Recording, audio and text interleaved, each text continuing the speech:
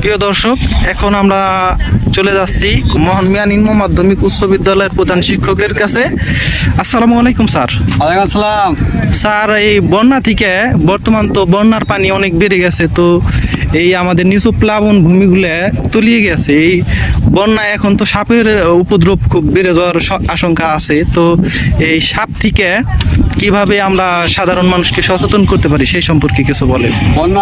বন্যা বৃষ্টি রোদে আমাদের শহরের মানুষ নিত্যদিনের সঙ্গী। তারপরও এটা আমরা এখন সচেতন হয়েছি, প্রত্যেক বাড়িতে যাতে সাপ না ঢুকে সেই ব্যবস্থা তার পাশে বিদ্যুতের জাল দিতে হবে, বা সাপ ওই অ্যাসিড পাওয়া যায়, ফলিক অ্যাসিড পাওয়া যায়, অ্যাসিডটা ড্রাই রাখা যেতে পারে। এবং যে সমস্ত ধর্মগুলো আছে আশপাশে, বিশেষ করে এলাকার লোক যদি সবাই মিলে যদি বসে করি, আমার মনে হয় আল্লাহ না করলেও ভালো কিছু আমরা আশা করতে পারি।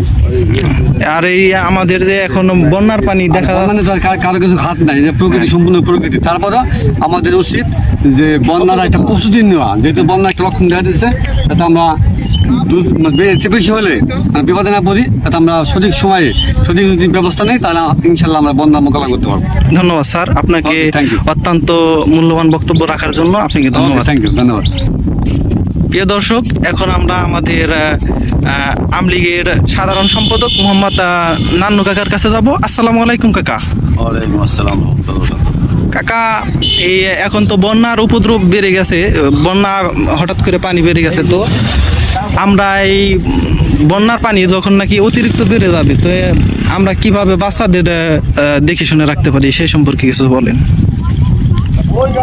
বন্যা তো প্রাকৃতিক দুর্যোগ, এই দুর্যোগ তো আসবেই। আমাদের সতর্ক হলো যে বাচ্চারা যাতে নদী অথবা ডুবা নালায় গোসল না করে, আর ওইটা দেখে শুনে রাখা লাগবো যে বাড়ির চারিপাশ সুন্দর করে যাতে ছোটো বাচ্চা থাকে যাতে ঘিরে রাখা যায়, যাতে ওরা ওইদিকে না যেতে পারে পানির দিকে। এটা হলো সবচেয়ে বড় কথা। আর সব কথার এক কথা হলো মানে বেশি সতর্ক যারা থাকলে এই সমস্ত দুর্যোগেতে বাঁচা যায়। এখন উঁচু জায়গা দেখে পোলাপানরা হয়তো রাখতে রাখা লাগবে। বাড়িতে যদি চারপাশে ডুবা নালা থাকে অথবা মাইটার থাকে, এগুলোর পাশেতে দূরে থাকবো, হয়তো জাল দিয়ে হয়তো বানালি পাশের বেড়া দিয়ে ঘিরে রাখতে হবে। এভাবে বাচ্চাগুলোর রক্ষণাবেক্ষণ করা লাগবে। ধন্যবাদ কাকা। এখন আর একটা কথা, সেটা হলো কয়েকদিন আগে শুনছি একটা নিউজ যে আপনার সিএনবি ঘাটে ওই আপনার সুইচ গেটে ওইখান থেকে একটা ছেলে আপনার ব্রিজ থেকে লাফ দিয়ে তার লাশ অনেক দেরিতে পাওয়া যায়। তো এখন আমাদের এলাকায় তো অনেক ব্রিজ আছে, এই ব্রিজে দেখা যায় যে অনেকে এই বর্ষার আগে অনেক ছোট ছোট বাঁশ ঘিরে রাখে, তো এই মানে বাচ্চারা এই আনন্দ করতে যায়, অনেকে মারা যায়। এই সম্পর্কে আপনি কি বলেন?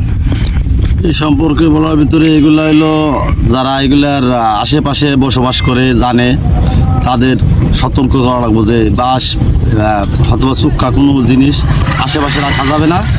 আর ব্রিজের আশেপাশে কোনো পুরা অথবা লোক গিয়ে এই ধরনের কোনো কিছু রাখা যাবে না, যাতে লাভ দিলে ওরা বাইসে উঠতে পারে, যেগুলো লাভ দিয়েছে ওই অবস্থায়। হ্যাঁ, আর বাচ্চাদের নিষেধও করা যাইতে পারে যে এইভাবে লাভ না দেওয়াই ভালো।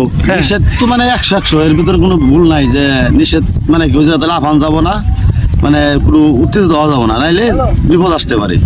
এটাই স্বাভাবিক, সবার জন্য এটাই কাম্য করি যে সবাই যেন সতর্ক থাকে। ধন্যবাদ কাকা, আপনাকে অত্যন্ত মূল্যবান কিছু উপদেশ দেওয়ার জন্য। ভালো থাকবেন। আসসালামু আলাইকুম।